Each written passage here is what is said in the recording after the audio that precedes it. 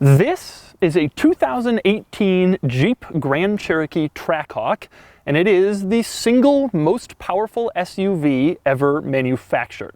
Let me put that in context. I recently made a video with the Mercedes G65 AMG, and that thing has a V12, in fact a twin turbocharged V12. This has more power, and not just a little more power. This mid-size SUV built in Detroit has 90 more horsepower than a twin turbocharged V12 Mercedes.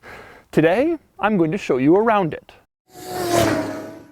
First, a little background, the numbers. The Jeep Grand Cherokee Trackhawk has a supercharged V8 with 707 horsepower and 645 pound-feet of torque in a Jeep Grand Cherokee. It starts around $87,000, $88,000.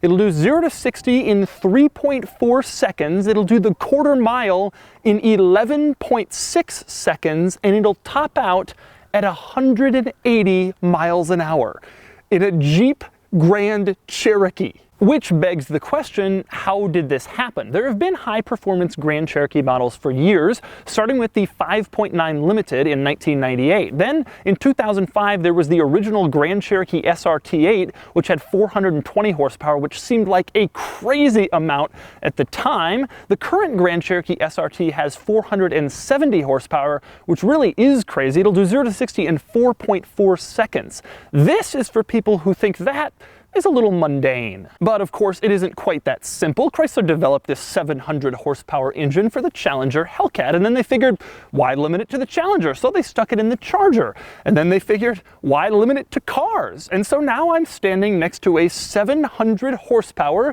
Jeep Grand Cherokee, which, by the way, I've borrowed from a viewer near Annapolis, Maryland, who has his own YouTube channel called DHR Street Speed. You can check it out if you click the link in the description below, and you should check it out, because in addition to this, he also has a Viper ACR, and a Demon coming, and a Camaro ZL1 coming, and a Corvette ZR1 coming. So today I'm going to show you around the Grand Cherokee Trackhawk, and I'm going to show you all of its cool features and its interesting quirks, and then I'm going to get it out on the road and see what it's like to drive a mid-size SUV with 411 more horsepower than a Toyota Highlander, with 437 more horsepower than a Honda Pilot. And then, of course, I'm going to give it a Doug score. And for more of my thoughts on the Trackhawk experience, click the link below to visit autotrader.com/oversteer. I'm going to start by climbing inside the Trackhawk, where you'll notice a few changes over the standard Grand Cherokee and even the SRT to let you know you're in something special. For example, the steering wheel says Trackhawk on the bottom. The floor mats say Trackhawk on them. The sill plate says supercharged. You don't get that in a regular Jeep. These seats say Trackhawk on them, which is a nice little touch. And of course, they're more thickly bolstered. And of course, there's also a nice smattering of carbon fiber. And one of the other things you'll notice when you climb in this car is that it's just a pretty nice place to be. The interior is pretty well put together. Carbon fiber, aluminum, leather, stitching. Then again, this car better be pretty well equipped inside because, well, you know how I told you these things cost around $88,000? Well, that's the base price. Take a look at the window sticker of this one. This one is just a hair under $100,000 for a Jeep Grand Cherokee. So it's nice that this interior is pretty well equipped and pretty nicely appointed with nice leather and materials everywhere. If you're going to be spending $100 grand on an SUV. Another way you can tell the Trackhawk apart on the inside, that would be the 200-mile-an-hour speedometer. You don't get one of those if you buy a Grand Cherokee Limited to haul your kids to soccer practice. The next interesting interior detail, you will notice the gear lever in this vehicle. Now, if you've been in any Grand Cherokee from this generation all the way since 2011, you'll notice it looks a little different. That's because the old gear lever, well, there were some issues. I'll allow you to Google that and find out for yourself. The new gear lever is just a regular old gear lever. It works like a normal gear lever. You move it down, put it in drive, put it in park. Next up, even though this thing has 700 horsepower, it still retains all the practicality you'd expect from the Grand Cherokee. For example, there are power outlets basically everywhere. There are 2 USB outlets under this little cover in the center console. There's also a cigarette lighter outlet there. You want a different cigarette lighter outlet, there's one in the center console, and if you can't find it, Jeep has included a helpful little guide so that you can figure out where it is. In the back, there are 2 more USBs, and then there's even a household-style regular power outlet. You could plug in your microwave or your toaster and drive around in your Grand Cherokee and use those things. There's not a lot of 700 horsepower cars with a household power outlet for your toaster. Another interesting item in the center console, you see that little dimple in there? Well, that's actually a light. So when you're rooting around in your center console, you can see what you're looking for. Lighted center consoles are not common. That's a little bit of an odd feature, but I like it. Another interesting thing in this car that you won't find in a standard Grand Cherokee is the launch control button. Now, launch control itself is interesting. I'll get to that in just a second, but the button is especially cool. Take a look at it. It looks like the old-time drag strip Christmas tree, they used to call it, with the lights. It's really, really cool looking. It even says launch going downwards, like the lights going from red to green on a drag strip. Now, speaking of launch control, this car has launch control like so many other modern performance cars, and like all those cars, it works about the same. It lets you rev it up automatically, and then it lets you floor it so you can get going at a higher RPM than just flooring it from a stop. The interesting thing about the launch control in this car, I can't demonstrate it for you because Jeep has disabled the launch control at all the Trackhawks for the first 500 miles. This car is still on mile 200 or so, so we can't use it yet. Once you hit 500 miles, it becomes enabled and you can start doing all the crazy launches you want in your Grand Cherokee. Next up, next to the launch control button, you will find a little dial that lets you choose between your drive modes. There's Sport and Track for performance, Auto for let the car decide, and then there's Snow and Tow mode for when you want to use your Grand Cherokee Trailhawk to tow or when you want to use it in the snow, which some people probably will. Now, the thing I like most about the little dial in the center is that when you change from mode to mode, the gauge cluster changes and shows the Grand Cherokee in various different settings. Take a look at Track mode. It's on the move, and then there's Sport mode, Auto, Snow, and Tow. Now, next to the dial for the drive modes, there's a little button that says Custom. That's because this car allows you to create your own custom drive mode. If, for example, you want soft suspension because you're just commuting, but you want the engine and the accelerator to be in track mode in case you have to floor it, you can create a custom drive mode that tailors to those specifications. But back to the gauge cluster, there are a few things I kind of like in the gauge cluster. Now, on the left and right, you have the normal gauge cluster items, the speedometer on the left, the vehicle information on the right. The middle one, however, is a screen and it's configurable. The thing I like about the screen is that it gives cool little icons for various different vehicle functions and information. For example, the screen that gives the most vehicle information isn't just a picture of a car, instead it's the front end from this car. It's a little Jeep logo, which is kind of cool. Meanwhile, you can find all the little performance stuff if you go to the little icon that's a hawk. That would be, of course, the Trackhawk. And then finally, if you want to see the car's diagnostic codes, if it has a check engine light on, you go to a little doctor's stethoscope like you're checking up on your Grand Cherokee, which is kind of cool. Now, that screen in the gauge cluster shows a bunch of really cool performance features and functions, but you can also access them in the infotainment screen in the middle. And so with that in mind, let's move on to the infotainment screen. Now, before I get into the performance features, I want to cover a couple of other interesting items in the infotainment system, including one of my favorites. This car has a feature that lets you drag icons that you use frequently down to the main menu bar that is always in place. This is brilliant. I always complain that cars don't have a heated seat thing and you got to go into the menu, whatever. In this car, if you want the heated seat button on the main screen, just drag it there and then it's always visible. If you want something else, just drag it there in its place. You want something different, just drag it. It's a great idea borrowed from cell phones. I don't know why no one else has done this, but this is brilliant, and Uconnect engineers, good going. A couple of other interesting things in the infotainment system before I move on to the performance stuff. Number one is the owner's manual. This car comes with a regular paper owner's manual, but who would use it? The owner's manual in the infotainment system is so simple to use. You can search for something by typing in what you're looking for, or you can click on pictures. You want to know what something is in the interior? There's diagrams and pictures. You can just point to it and the car will tell you. That's a brilliant way to do the owner's manual. I wish they were all this easy. And speaking of the owner's manual, take a look at this. Once you've read some vehicle information, you can use the little thumbs up icon to let Jeep know whether the information was, for example, highly useful or not useful or something in between. Another interesting item is that the fader for the stereo lets you center the sound basically anywhere in the car. In your normal car, you can put it in the front or in the back or maybe on the sides. And this thing, you can point it exactly where you want the sound to be, which is a feature I like in some really high-end luxury cars. And here's a feature that I've never seen in any car, no matter how high-end.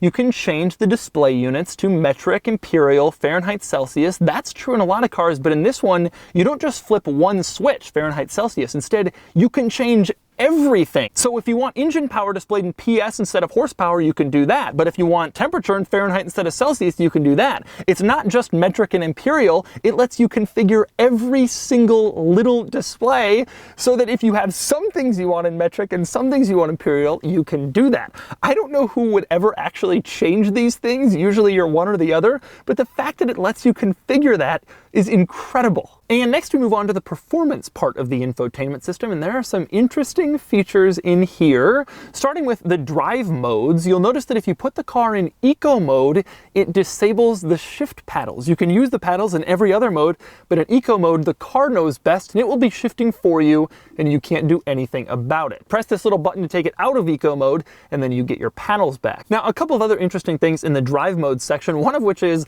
the shift light. This car apparently has a shift light, even though it's an automatic, and you can set where the shift light comes on, what RPM it comes on at. Also interesting is the launch control. You can set the RPM from which the vehicle launches. There's actually a pretty steep range. You can launch it as high as 3,500 RPM, and since this thing has all-wheel drive, it'll probably hook up and get going. Although if I was buying a Trackhawk used, I think the first thing I would do is go into the drive mode section of the infotainment system and see where the prior owner set the launch control. If they have it at 3,500 RPM, maybe find a different one. Next up, we move on to the performance pages section of the infotainment system. And if you have an SRT vehicle, you've already seen all this stuff, so I apologize for being repetitive. But for those of us who don't have 700 horsepower Chrysler products, there are quite a few interesting things in here. The home screen gives a few widgets, and you can pick and choose the ones you want displayed. You can also see what happens as I rev the engine and horsepower displays in real time.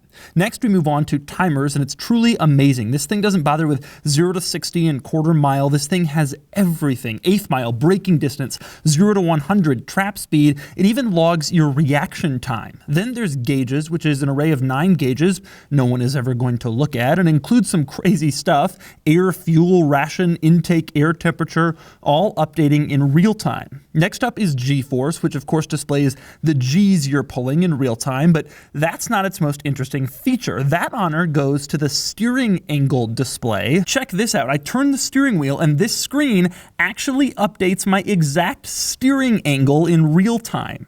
Next up is the engine tab, which has this cool gauge that displays a variety of functions in real time: horsepower, torque, boost pressure, and it also shows you what gear you're in and your current speed. And then there's the dyno tab, which is truly amazing. It keeps track of your power and torque in what looks like a rolling dyno chart, and that's boost pressure on the bottom. And the crazy thing is, if you press history, it shows you more 60 seconds or 90 seconds of history rolling in real time. And here's what it looks like when I press the accelerator a bit. You can see the chart recording the jumps. The only thing I didn't like about the infotainment system was the wait times, which in some cases are insane. I pressed performance pages, for instance, and waited 37 seconds for it to come up. Not an exaggeration. Are there little people back there running around behind the screen trying to reorganize things when I make a selection? Next up, moving on to the back seats, there are a couple of interesting quirks back here. I already showed you the household power outlet back here and the 2 USB ports, proving this car has endless practicality despite its crazy performance. It's also reasonably roomy back here. I mean, it's a normal Grand Cherokee, and there are a couple of other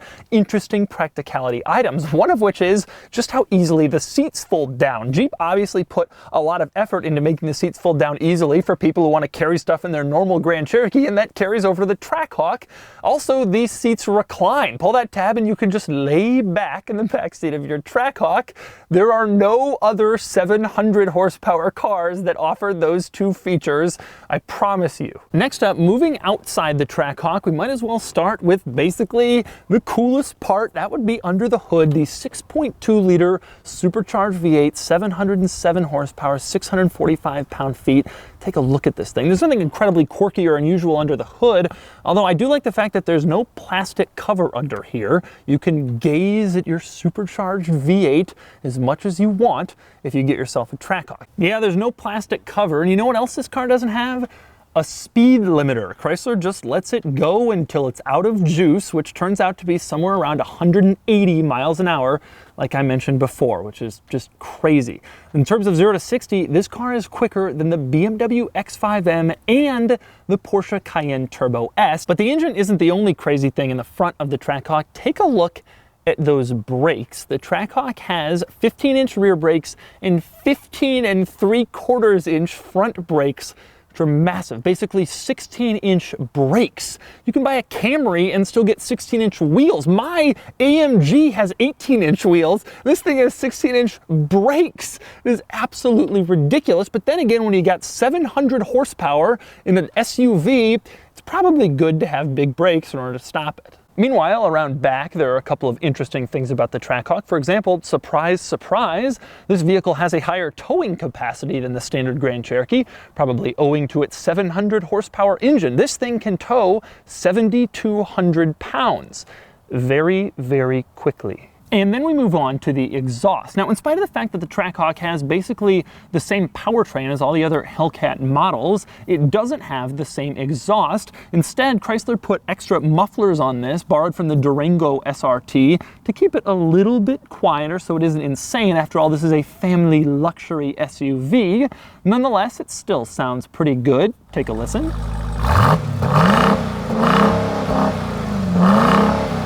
Also interesting back here, like every luxury SUV should, this vehicle has a power liftgate. Push a button here, and then the rear tailgate just closes, or push a button on the key fob, and it opens right up as expected. Now, speaking of the tailgate, that's one of the few ways that you can tell the Trackhawk apart from a standard Grand Cherokee SRT. Right back here on the tailgate, there is a Trackhawk badge. Now, interestingly, the Trackhawk trim level is very similar to the Trailhawk trim level, which Jeep also offers. And in fact, the badges they use are very similar. So if you're behind one of these, you might mistake it for a Trailhawk. Of course, that confusion will only last until you hear it rumble away from a stoplight or up an on-ramp, or until you try to pass it, because the Trailhawk is just a regular Grand Cherokee with some off-roading stuff. It doesn't have the giant engine. And there are only a few other ways to tell the Trackhawk apart from the regular SRT, one of which is up front. Jeep had to ditch the fog lights in the standard Grand Cherokee models because they needed more air intakes to allow the engine to breathe. So the fog lights are gone, which is unusual in a vehicle this expensive.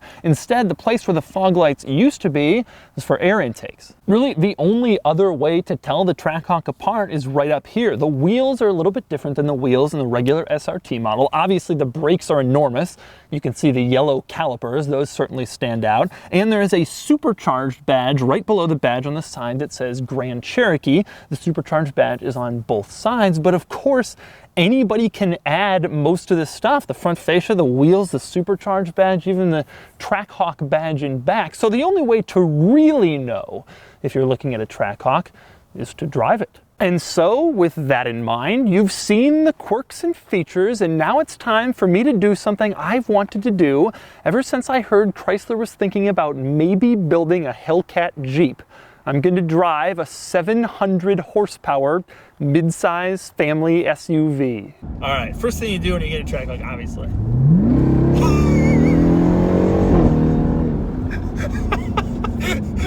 Oh my God. Oh my God.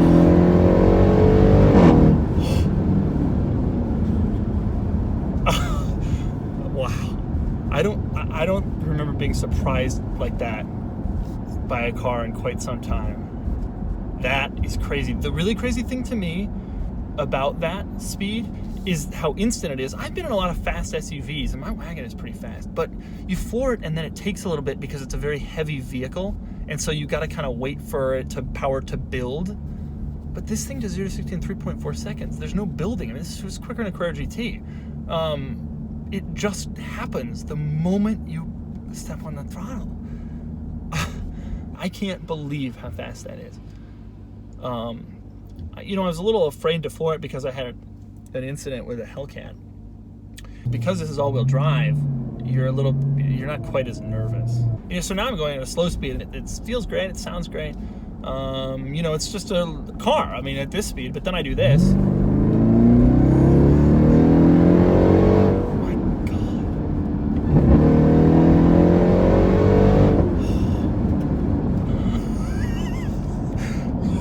Oh my God. I'm honestly at a loss. Like, this is, I've driven cars that are faster, but when you're in a McLaren 720S and you floor it and you're low to the ground and you're looking around and it's ridiculous and orange inside and blah, blah, blah, you expect it to be really fast. I will say from a dead stop, somehow it actually feels slower than when you're going 40. When you're going 40, I'm 50 and you floor it. From a dead stop, the sports cars feel faster. The thing that's really crazy is because this car has so much torque and because these wheels are gonna just grip and grip, when you floor it at 50, and you expect to also feel that sort of slow build to power, I mean, you can tell just how fast that goes on. That goes on the moment I floor it. It's like a switch. In order to combat the size of a vehicle like this, Chrysler has figured out what you need to do, and that's simply put 700 horsepower in it. All right, now we're on a windy little country road. Obviously, there's a little body roll around corners. I mean, this is not a sports car. This isn't a Camaro, Corvette.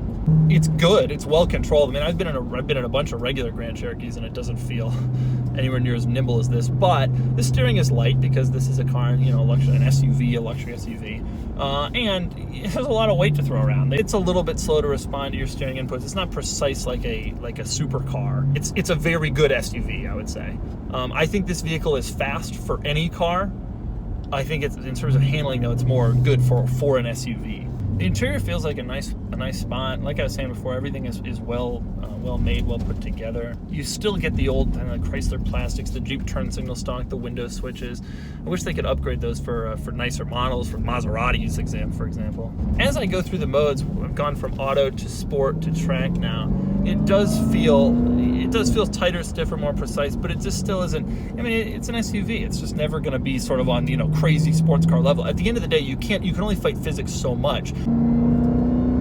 The one thing that it does have, God, the supercharger whine is incredible.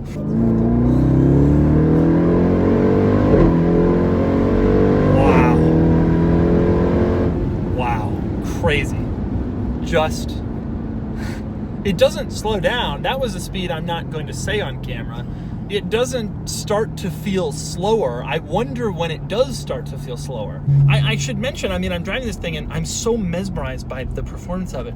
I should mention, it's comfortable. It's a nice feeling car. There's a lot of room. I'm tall, you know, there's a ton of room for me. There's 8 inches above my head. In many ways, it just feels like a really nice Jeep Grand Cherokee. I personally like the subtlety. I know some people would prefer, oh, I have 700 horsepower car, I want everybody to know it. But I think it's kind of cool. So that's the 2018 Jeep Grand Cherokee Trackhawk. With a top speed of 180 miles an hour, it is too fast. With a 0 to 60 time of 3.4 seconds, it is too quick. With a base price around $90,000, it is too expensive. And with over 700 horsepower, it is simply too powerful. It's also way too cool, and I really want one. $90,000 is too much for me to spend, but I am so glad there are people out there buying this vehicle. Trackhawk owners, please be careful, not for yourselves, but because we need to preserve some of these so people like me can buy them used in 5 years. Anyway, on to the Doug score. Starting with the weekend categories and styling, the Trackhawk is fine, but I've never loved this generation of Grand Cherokee, though I like the improvements for this and the SRT. It gets a 6 out of 10. Acceleration is mind-blowing. It does 0 to 60 in 3.4 seconds, and it gets a 9 out of 10. Handling is good, but not amazing. I think it's about in the middle of the types of cars I usually review, and it gets a 5 out of 10. Cool factor is very high, especially among car enthusiasts, especially right now. It gets an 8 out of 10, but I have no doubt that number will diminish as more of these things get on the road. Importance, however, isn't as high. This is cool, but ultimately this generation of Grand Cherokee is basically 6 years old, and it's not a car with huge significance to the automotive world, except in ridiculousness. Still, that counts for something, and it gets a 6 out of 10, bringing the total weekend score to 34 out of 50, making it the highest weekend score of any SUV I've ever reviewed. On to the daily category, starting with features. The Trackhawk has everything modern cars need: lane keep assist, forward collision braking, adaptive cruise control, blah, blah, blah. It gets a 9 out of 10. Next up is comfort. The Trackhawk is fine, a little better than average, but it does have a slightly harsh ride owing to its sporty pretensions and its big wheels, and it gets a 6 out of 10. Quality is fine, it's nice inside, but it's still got some cheap Chrysler stuff, and I'm never certain about long-term Chrysler dependability, so it gets a 6 out of 10. Practicality is good. Based on the 68.3 cubic feet of cargo room, it should get a 9, but fuel economy is so bad, I just have to knock that down to an 8 out of 10. Finally, there's value. The Trackhawk is really expensive for a Jeep, for a Grand Cherokee, for a Chrysler product, and I fear big depreciation, but I could be wrong. For now, at least I'm giving it a 6 out of 10, bringing the total daily score to 35 out of 50, placing it unsurprisingly near the top. Add it all up, and the Trackhawk's Doug score is 69 out of 100. That ties it with the Bentley Bentayga, which in my mind is a huge deal because anyone who knows me knows how much I like the Bentayga. Compare the Trackhawk to other utility vehicles I've Doug scored, and you can see why it did so well. Its near even weekend and daily scores speak to its incredible ability as a sporty vehicle and as a practical family hauler. Okay, seriously, I want one of these.